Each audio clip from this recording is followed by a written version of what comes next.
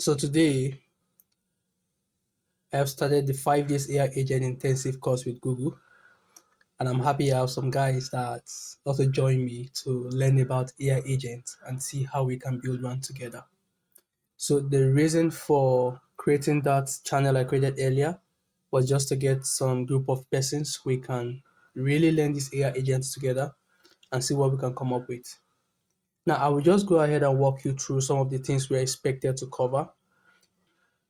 So we just have the brief introduction here. The 5 days AI Agent Intensive course with Google is a hands-on program that was originally held live from November 10 to 14, 2025. So that was the initial time they started this program. But unfortunately, I was unable to join them there. And that was why I decided to pick this course on my own on a self-paced learning and also invite you guys to join me so that together we can build an AI agent. So what are some of the things we are going to cover under this course? Now, under day one, together we are going to say introduction to agents. In day two, we are going to cover agent tools, and we're also going to discuss a brief about model context protocol. Then in day three, we are going to cover context engineering, which has to do with sessions and memory. Then day four, we discuss about agent quality. Then day five, we talk about prototype to production. So my name still remains Albert. I'm a self-learner and I like to learn new things, and that is why I challenge myself to pick up this course at the first place. And I'm happy I have some friends that join me to complete this course.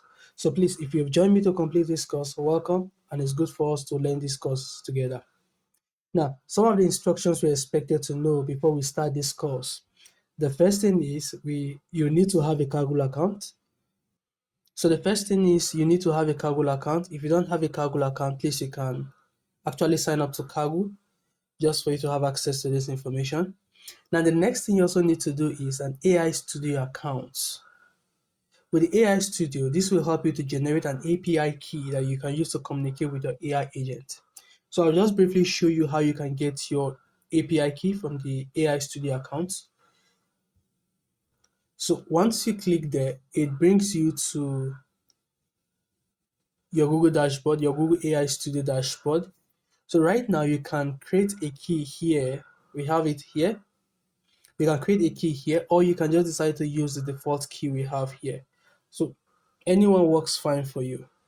For me, I'm going to use the default key I have here automatically that was generated by the Google AI Studio for me. So you can also do the same. Remember, what you just need to do is just click on these links. It takes you to this page. Then you have your API key that you can use. You can actually copy the API key using this button here.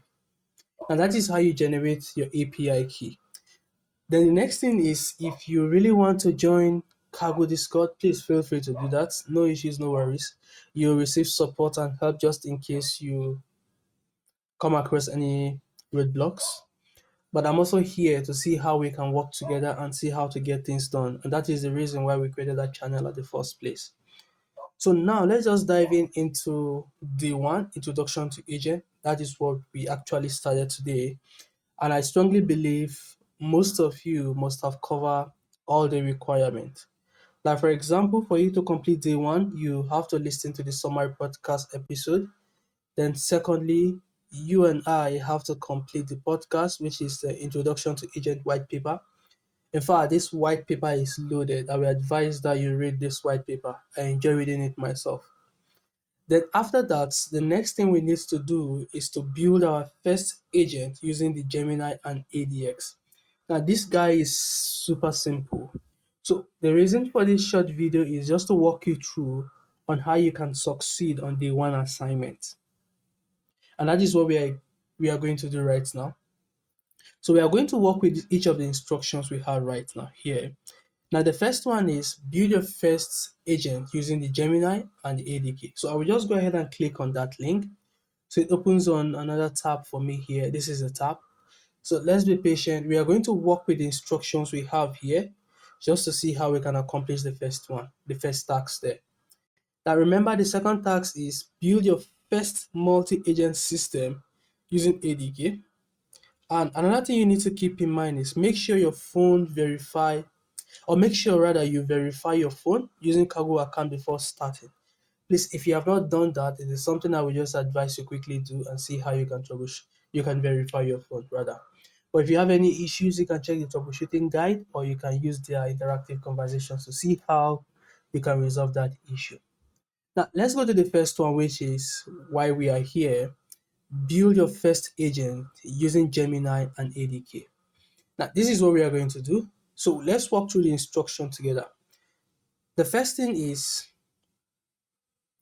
in this notebook, you will need to install, these are some of the things we need to install, configure your API to use Gemini model, build your first simple agent, then run your agent and watch it as a tool. So these are some of the things we expected to do. Please keep this in mind. These are some of the things you are not expected to do. No submission is required, and avoid using the run all cells command, as this can trigger a QPM limit results in 429 errors. So please keep this in mind and never use the run all cells command once you are running your Jupyter notebook. So now let's get started. The first thing we need to do here, you're expected to verify your accounts. I believe you have done that. Now look at this. The point 2 says make your own copy.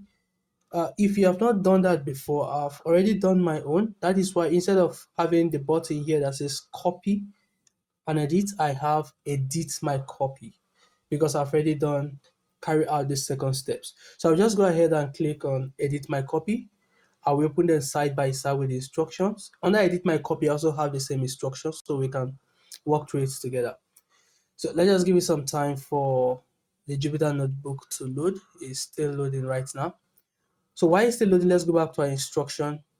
The next thing is, once you copy and edit, they say this create a private copy of the notebook just for you alone. So please do that before you continue. So you will see the button like this, copy and edit instead of edit my copy. If you have not done this before, this is what you will see. Now, once you have your copy, you can run codes. Now let's go ahead and see if I have my open. Excellent. So mine is open right now. So these are the first things I need to do. I still have the same instruction right here. So let's just use this one instead of going back and forth. So I'll just go to the next one. Now I'm expected to run the code cell. Once you have your copy, you can run the code. So let's just go ahead and see how we can run it. Now I'll just scroll down.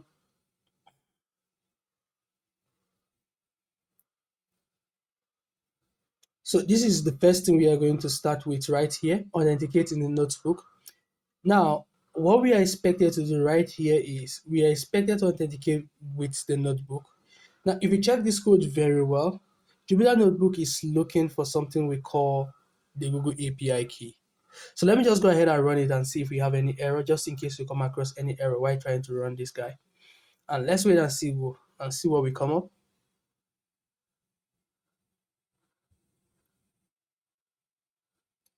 Okay, let's give it some sec. Okay, we're still trying to run ourselves and see what comes up. Excellent. Now look at the error I get. Name Google API key is not defined. So how do you add your Google API key? You can just come to this section here where I have the add-ons here. You can see my mouse moving right here. So I'll just click on the add-ons. Then I click on secrets. Then once I click on secrets, I have my Google key here. So let me just add a new secret Google key. So I will just enter a label. Please, the label must be the same as this because this is what Jupyter Notebook is pointing at. So I will just copy and come here. Then I will go to my Google AI Studio. So I'll just copy my API key. I come back to this section. Where are we? Let's see. Okay, this is where we are. Then I will just paste it here. No worries, I will delete the keys later. Immediately I'm done with this video. So I'll just click save. So once you click save, let's go back and refresh and give it a hit again and see what will happen. Excellent. Now you can see that Gemini API key setup is completed right now because we have added our key. Now, just for emphasis, if you want to add your key, you go to add-ons. Under add-ons, you click on secrets. Under secret, you have this section appears. Then you can just click on add secret to add your Google API key. And after doing that, the next one is to import ADK components. Please, you have to run all these cells one after the other so that you install all these things on your Jupyter notebook. So I'll just go ahead and run this button.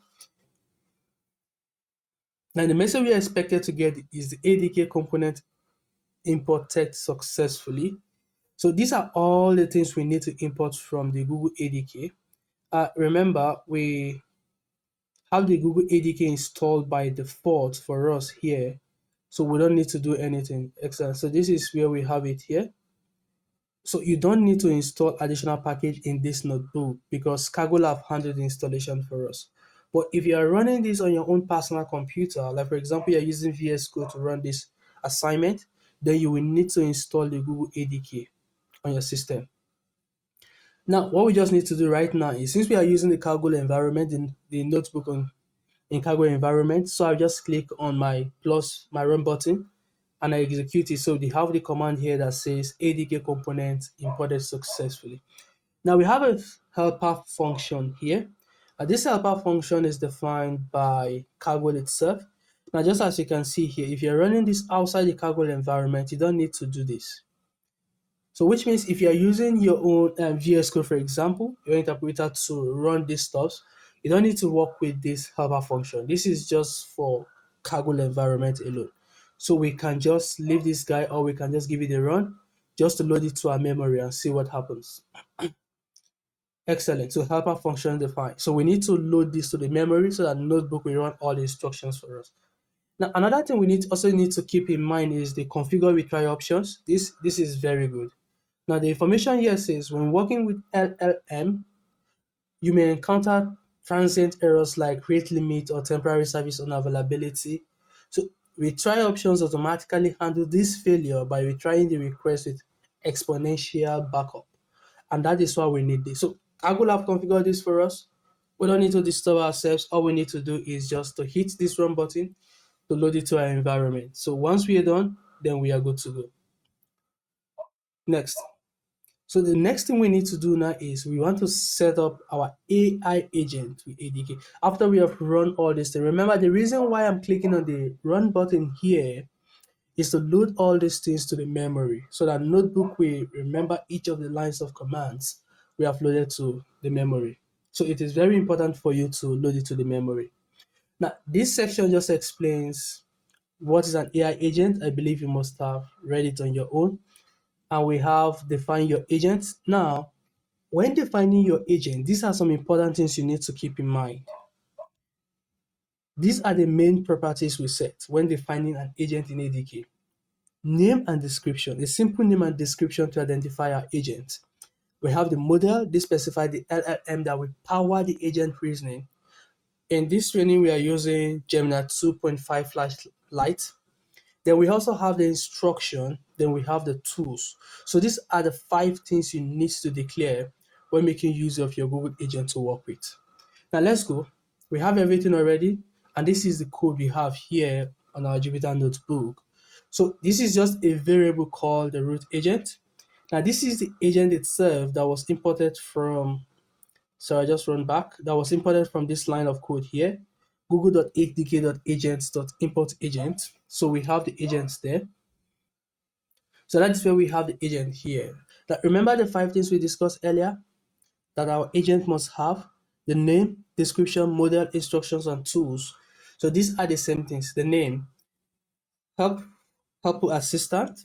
Now, one thing interesting about the name of an agent is the name of the agent must suit the use cases of that agent. Please keep keep in mind this information here. When you are declaring an agent, you don't give a space. You use an underscore for space. And the first letter must also be is in lowercase, and that is just a convention that the schema used at the back end. So this is just for our own information. The schema we are using right here for this agent is called the Pandetic schema. So that is what the agent is using to make sure that the schema fit well to his queries. So the next thing is our model. Now for the model, we're using Gemini. This is where we imported Gemini from, just in case we are thinking, how do we get Gemini from? So this is where we imported Gemini from google.adk, the models, the google LLM imports Gemini. So these are some libraries we need to work with that we've imported. So once we imported the library of Gemini, so we just need to specify the model. This is the model we are using, and the retry options, which is the retry configurations we have declared earlier, which is this guy we have right here. Now, after we've done that, remember, please, you have to load this guy to the memory so that you won't have any issues at all. So I'll just go ahead and load it to the memory. We have our root agent defined. Now, the next thing again is what they call the in-memory runner. And this is where we have the in-memory runner. And we have the brief information about the in-memory runner here. It said, now is the time to bring your agent to life and send it a query. To do this, you need a runner, which is a central component within the ADK that acts as the orchestrator. So the runner basically manages the conversation, sends our messages to the agent, and handle its responses. And that is exactly what we have here.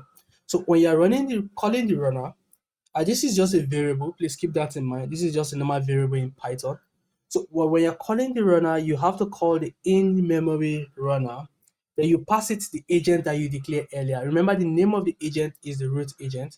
And how do we get this root agent? I'll just scroll up here. This is the root agent we declared earlier. And that is exactly what is happening in this line of code here. The in-memory is a library that we import from Google ADK. Then we pass it the name of the agent. It takes a parameter, which is the agent, and the name of the agent is the root agent that we declare in line 9 here. Now let's move forward. Please, we have to load this to the memory to make sure the runner is created.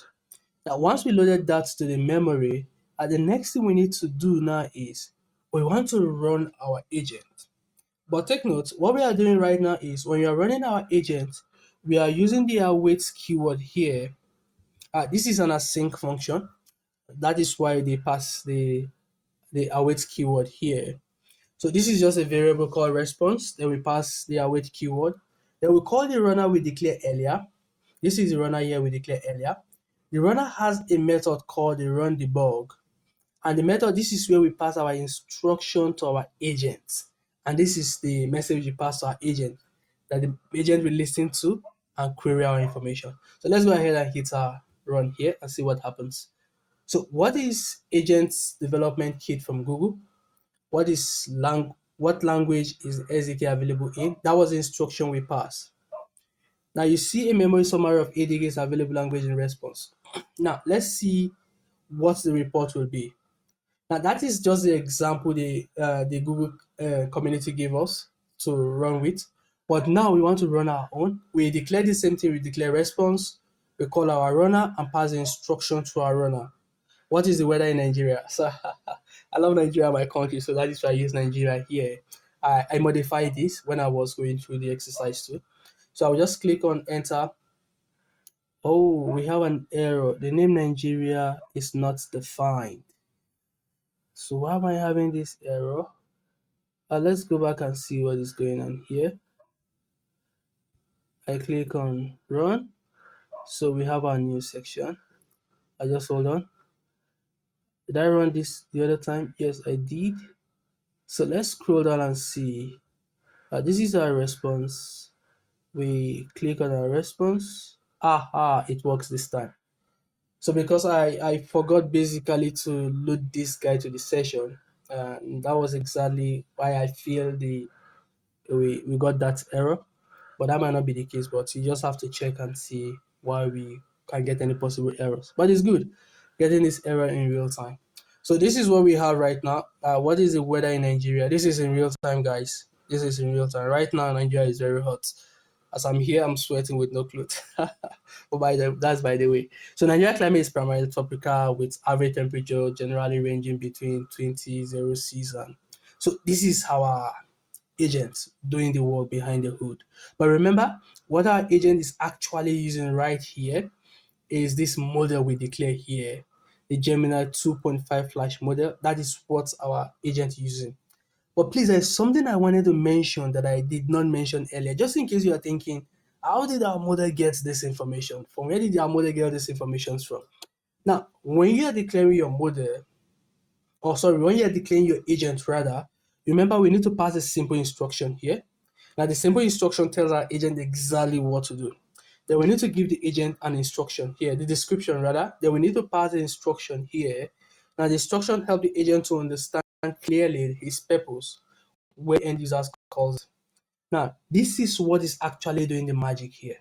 So once you hit on your agent, once you run your agent, the tools here, we are using the Google search here, which is one of the tools available to our agent. If you have read your white paper clearly, you get to understand that agent works with different tools in order for agent to get other information. As long as the agent, we don't want to limit the agent to the pre-trained data it's already trained with. So we have to provide some tools that the agent can use, and that is exactly what we are doing here. So one of the tools we provided to this our root agent is called the Google search tool. And this is the exact tool that the agent is using right now to fetch all the informations we can see right here. I hope that clarifies the point that we are not confused about where we get this information from. Excellent. So this is how you run through this information and get exactly what you need. But if you want the web interface, just the way you use your ChatGPT to get your information on the web browser, right now this guy only works on your terminal. It's because we are using VS Code, that's why you're seeing the same behavior here. Let me give you some example of what I mean by your terminal. So I have my code here. I've replicated my code right here in my VS Code here. Sorry, my screen resolution is a little bit bigger than the second screen I'm using. So I need to find a way of making it fit to the screen. Give me some few sec to figure this guy out. Excellent. So this is my VS Code I have right here. So I also have the same instructions I follow. This is what I do on my VS Code. I love using my VS Code to work. I just don't want to follow the notebook that Cargo provided. Yeah, it is good. I follow the same instruction, but sometimes I find it very helpful typing this instruction, typing this line of code, and just copying and pasting. It helps me to remember what I've done so far, and it sticks to my memory. And that is exactly what I did here. So what I'm trying to us to bring out right now is the informations we have right here. That this only runs on your console, on your terminal. So you don't have access to this on the web browser. So I'll just go ahead and show you exactly what I mean. We just bring up my terminal here. Let me bring up my terminal real quickly here. So I have my terminal real quickly here. I'll just clear my screen. Following the same instruction we have on our cargo, but this time I just want to run my Python main.py. Now, notice what will come up once I run my python.main.py. Oh, sorry, I have to load my virtual environment. And that reminds me, guys, if you are using your VS Code, please, it is always advisable for you to configure your virtual environment where you install your dependencies. So I'll just go ahead and install my virtual environment. I've created my virtual environment already. I think it's in the previous folder. So vn scripts, then activate. Now I can just move to day one, then clear my screen, and let's run the command again and see what happens this time. Sorry, I have to run py.main. Excellent. Let's see now.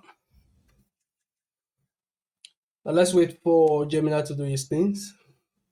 Now you see we have this same instruction here, create a new section. What is the latest new? These are all the information I got. So this information rightly reside inside my terminal. I don't have the GUI. For me to put this thing on the web browser for you to see, I need to configure something we call the fast API framework, but I'm not ready for that. But I just want to show you guys that the information you run here is actually running on your terminal. And that was the reason why I just have to demo using my terminal here to get this stuff up and running. But interestingly, Cargo make it possible for us to run this thing using the web interface. But how do we get that done? So what you need to do right now is you have to hit this line of command. Let's hit this line of command and see what happens. So we get our custom URL access. Now right now the guy is running. So now that it's running, we just have to get our custom URL and hit it and see what comes up. So let's hold on a bit. And now we have this guy running up. Now let's just click on this button and open our terminal. Oh, sorry, I have to go back again. Something is not right. Let me run this line of command. Sorry, so run the next cells, the one with ADK web. Okay, this is the instruction. So I have to come here, run this line of commands. Let's give it some time for it to start. Okay, I think it's up and running now. So let me just go ahead and hit on this button again. Okay, still let's wait for some time and see. Aha, now we are up and running. So I can just come back and hit on this cell. And now we are in.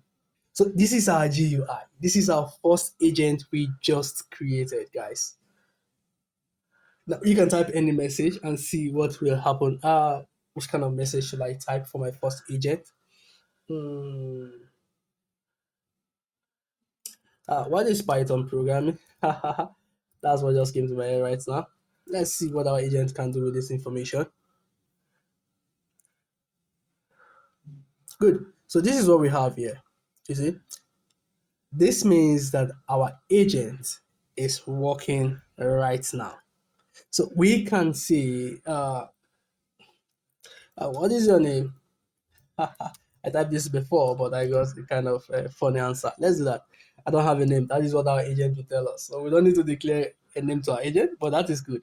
So we have successfully achieved the first day assignment, creating our first agent, and that is exactly what we have done right now. Now we can mark this instruction as completed, but please I have to kill these resources here so that it will not consume cargo's resources much. So I have to kill the resources, and once I kill the resources, remember that my information will disappear. So the next thing we need to do is congratulations, you have completed your Kaggle assignment. So just come back to our instructions here. Where's our instruction? I think that happens to be on the first page. Good. So we can check these guys, check these guys, check these guys, check this, and check this. Now we have completed day one assignment. I'll meet you guys on the two assignments tomorrow, and let's see what we can learn about agent tools with model content protocol. Sorry, I'm finding it very difficult to pronounce this word right now. So let me skip this word for now. Meet you guys for day two tomorrow. Thank you, and thank you so much for joining me in this learning program. It's always good to keep learning. It's something I enjoy doing the most. See you guys tomorrow. Thank you.